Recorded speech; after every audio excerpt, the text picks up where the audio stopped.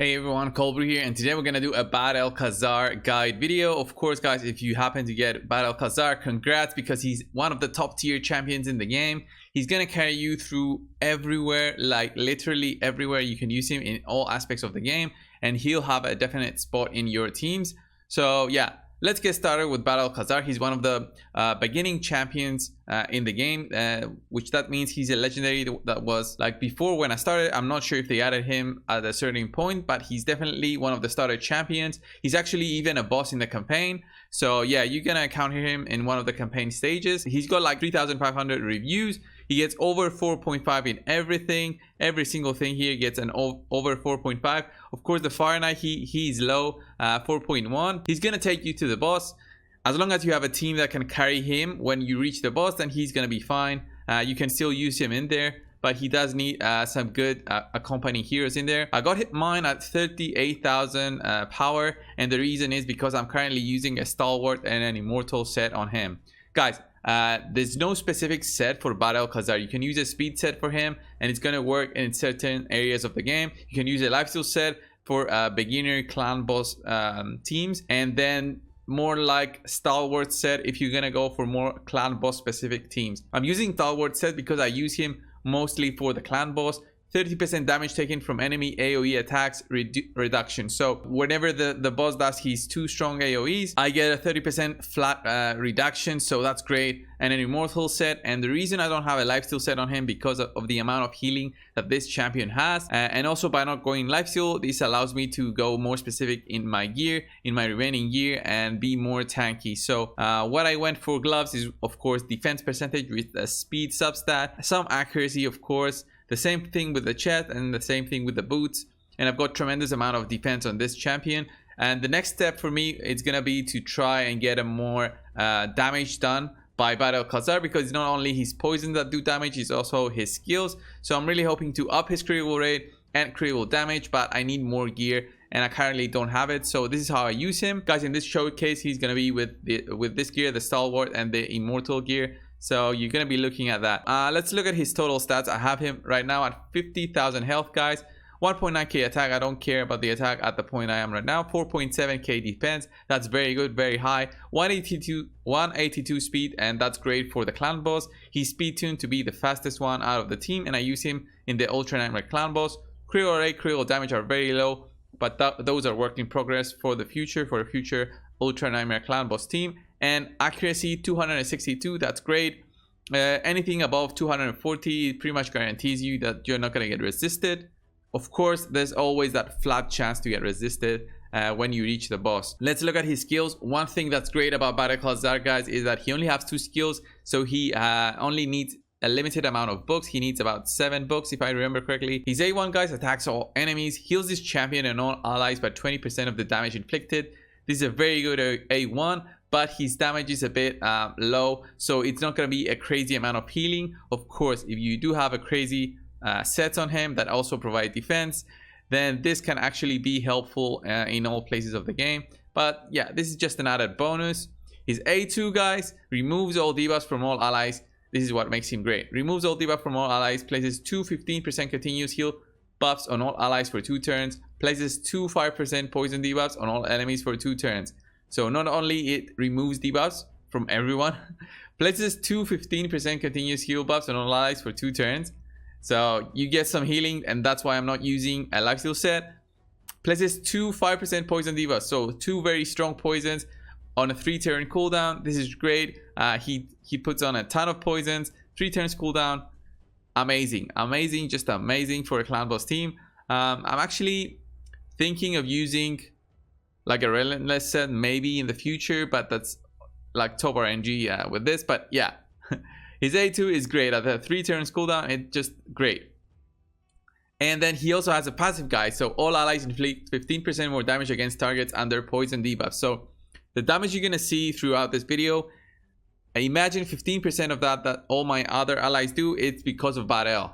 Like, it should have been his damage, but it's shown on the other target's damage. So yeah, this is a tremendously good one for the dungeons and of course the clan boss. Not only that, he also has a Nora, guys. When you put him in the leader slot, flat 25% increase in your critical rate. So you only need 75% critical rate on your champions when you use him in the lead. Of course, you're not going to use this lead for the clan boss unless you're going for some crazy setup, but yeah, everywhere else he can be put in the lead, and this is great.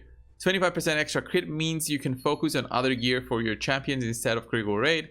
And just going to 75% is just gonna mean that you need about 55% only from gear. So 55% is not very hard. You can actually get it from a single 6-star gloves, but yeah, you're probably gonna go critical damage on gloves. So masteries, guys, these are the masteries I have currently on him. You can't see it on the offense tree, but it's of course War Master here, the tier 6 mastery. I went straight down.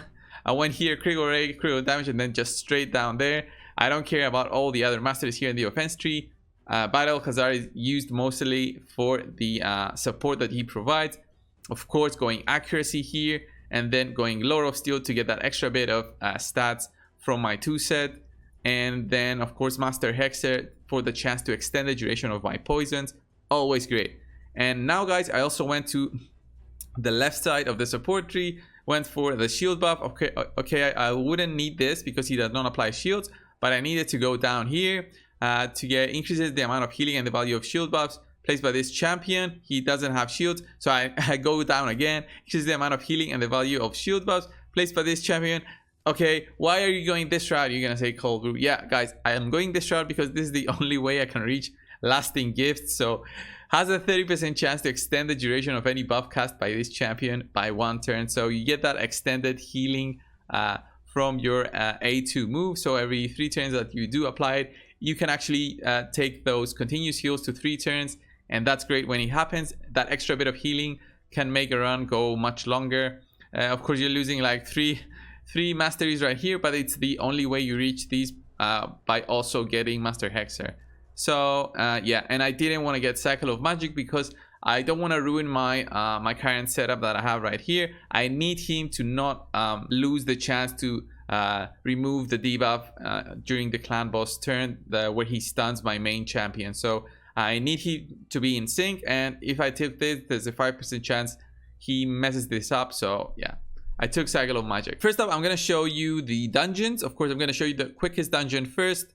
And it's gonna be the spider dungeon here, guys. It's gonna be Battle in the leader slot. You're gonna have 2 royal guards, a cold heart, and a Venus. This is a very quick setup. It's an endgame setup. It unlocked basically unlocked a very fast team for me for killing the spider. You're gonna see, of course, cold heart goes with her A2, applies the poison, 15% extra damage there, guys. Decrease defense and weaken. Then my 2 royal guards go, and then cold heart for the finish. And there we go, guys. 18 seconds, very fast run. This is what you need to farm the spider. A very quick spider runs. We got an accuracy banner there, very nice with the HP percentage. Might be useful, okay. But yeah, 18 seconds with this team, of course. Battle helps with the 15% poisons, extra critical rate on all my champions. So I need less focus on critical rate on my cold hearts and royal guards. And okay, Venus, but yeah, it's mostly about the other 3. So he also makes the Dragon's Lair very funny. If you haven't seen my previous video, yeah, you can actually solo the Dragon's Lair with just using Battle Kazar. It's called the endgame efficiency video. You should check it out. I'm not going to show it right here. I'm just going to show a very quick full team that you can use to kill the dragon. Where's my Renegade? There's the Renegade, guys. So I'm going to show you how quickly this team can actually farm the dragon. He applies poison, so 15% extra damage, guys. Always remember that you need the poisons to be on the enemies. There we go. We reset here, and then he dies. So my royal guards have reset their cooldowns, and on the next turn, actually, my Battle Kazar would have applied his poisons. But the thing is, I don't have him fast enough for dungeons. He's at 182. This would need about 200 speed for it to also apply the poisons, but it's fine. We apply the poisons here on the boss. We're at 32 seconds. This run usually goes under a minute unless something crazy happens and my royal guards die. I didn't land a weekend there, so that's an extra part there for making this run way longer. If you don't run the weekend, you do way less damage. And one of my royal guards died, so yeah, it's gonna be close to a minute. Yeah, There it is. Once the boss takes a turn, he's gonna die. With all the poisons, he's gonna die. Come on. There we go. 1 minute 10, guys. It's still a very fast run. I actually do it much faster with other champions, but here's the showcase of Barel. You can also use him in all other dungeons. As I said before, you can also use him in the Fire Knight, and he's gonna be great in there. He's gonna take you to the boss, but you're gonna need other champions to carry him once you reach the boss. So for the final part of this video, of course, this is going to be a showcase of the clan boss, but I also want to mention, guys, that you can use him for the Nightmare campaign. He can help you clear the Nightmare campaign. He's a very strong support. If you have the right stats on him, he can carry you through campaign alongside another very strong champion like a Razin, like a Rotos, like a very strong defensive champion. Matches very well with him. I'm going to show you the utility that my Barel provides to the clan boss. So I need to do this on manual for the first couple of turns. The clan boss goes, that's fine with me. But here, guys, I'm just gonna not use my A2. I could have used it actually, and it would have been fine. I go with a few poisons here. I actually got resisted with my Venus. I can't believe it. With 260 accuracy, she got resisted. That's fine. Get another set of healing here. Trying to get some poisons now. We got one. That's fine. Defense down. And now the important part is here. You're gonna need to use your Barel's dispel here. So you dispel the stun. So your champion actually now manages to take a turn instead of being stunned. And my Razin can go with his A1. And now my Venus applies the defense down and weaken. And then we do an attack down with my Tyrell, apply the AoE protection and counterattack, and then we press auto. And this is the team that I use currently for the Ultra Nightmare Clan boss. It actually varies a lot in terms of damage.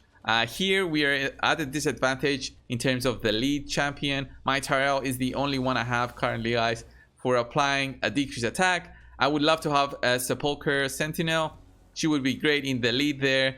She would also not be weak affinity versus the Force clan boss. But yeah, it is what it is. And I use the champions that I have. So yeah, it's going to be my Tyrell here in the lead. He's going to get extra damage done on him through the boss. So if he dies, I lose that decreased attack. If I lose that decreased attack, then I'm in real trouble. My team is basically going to die, guys. So this team, I expect it to do at least 20 million damage. If it does less, I'm going to be disappointed because it's going to be because of losing the decreased attack. For a successful Ultra Nightmare Clan boss team, guys, not only Barel for the poison, the dispels, you also need like a unity of skills. Everyone needs to be in sync. Everyone needs to provide something to the team other than just damage here. Of course, my Razin not only provides damage, but he also provides weaken and defense down, and also is able to remove the attack up on the boss. You see that the attack up right there? It's very important to remove it, and we actually couldn't manage to remove it here. But good thing is we are still on turn 10. The boss does not do a great amount of damage, so if we get unlucky in a future turn, this can actually mean a wipe and we lose you know, the clan boss key. We don't do enough damage, and we need to do maybe buy with 100 gems another clan boss key. So there we go. He removes, like, everything is in sync now. This is why it was very important for me to actually, I had too many poisons here. That was very bad. No, I actually had the decreased attack. Okay, never mind that. See, we removed the attack up guys here. Battle just applying poisons. Very nice. Okay. We are at turn 14. Sometimes this team dies at about turn 26, and that's a bad run. Usually if I get over 30 turns, that's a good run.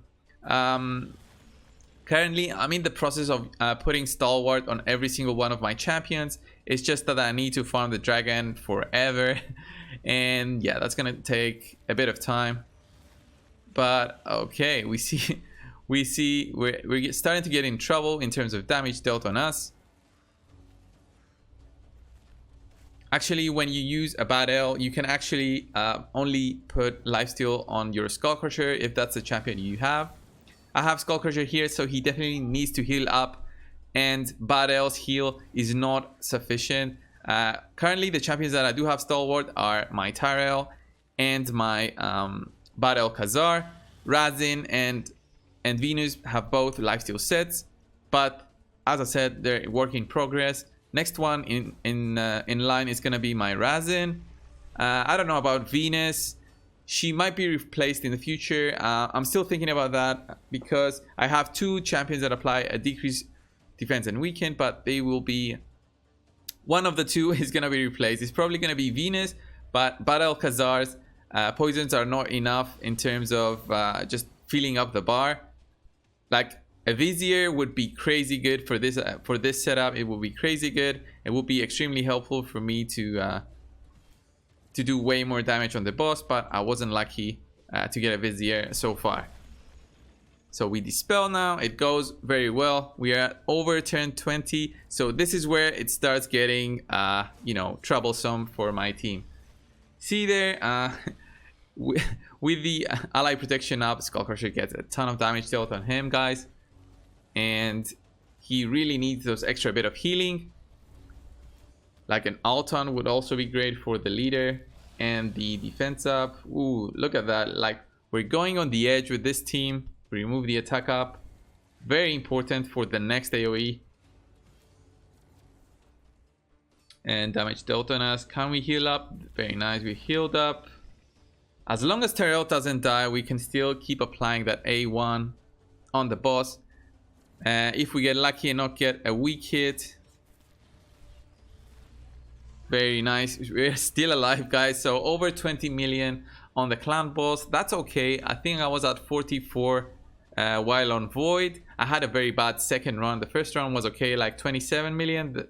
The second run I did on clan boss today, I did about 18. I don't know what happened.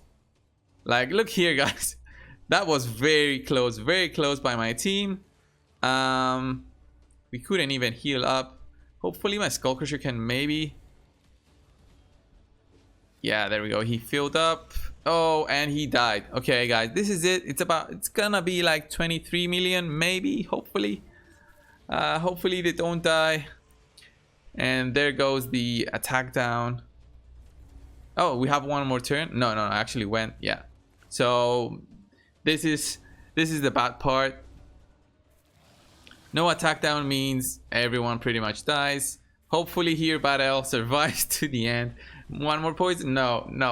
Not even 23 million, but it's still a good key. So 22.82. We see Battle Kazar 3.7 million damage. This is why I'm thinking of using more critical rate and critical damage gear on him. He survives until the end. We don't really want him until the end. We want him to do way more damage throughout. Razin did 5.2, Venus 7.9, Skullcrusher 2.5, and Tyrell 3.3 because he was weak. But guys, here 15% of the damage these three and this one did are because of Battle's poison, because of his passive. So we skip and see how much damage we're at right now. 67. So I actually need to do a 4 key there, like 4 million for a 3 key. Thanks a lot, guys, for watching this Battle Kazar guide video. Of course, if you like this, leave a like down below. Comment on how you build your Battle Kazar. Do you use him with a speed set? Why do you use him with a speed set? I would really love to know down below in the comments. And what other sets you might use, you might find useful for Battle Kazar. Again, leave it down in the comments. Maybe use a defense set instead of an immortal set, and still use a stalwart set there. So yeah, I would really love to know. Subscribe, guys, if you haven't already. It really helps out the channel, helps me grow, helps me do more videos for YouTube. So thanks a lot, guys, and I'll see you in the next one. See ya.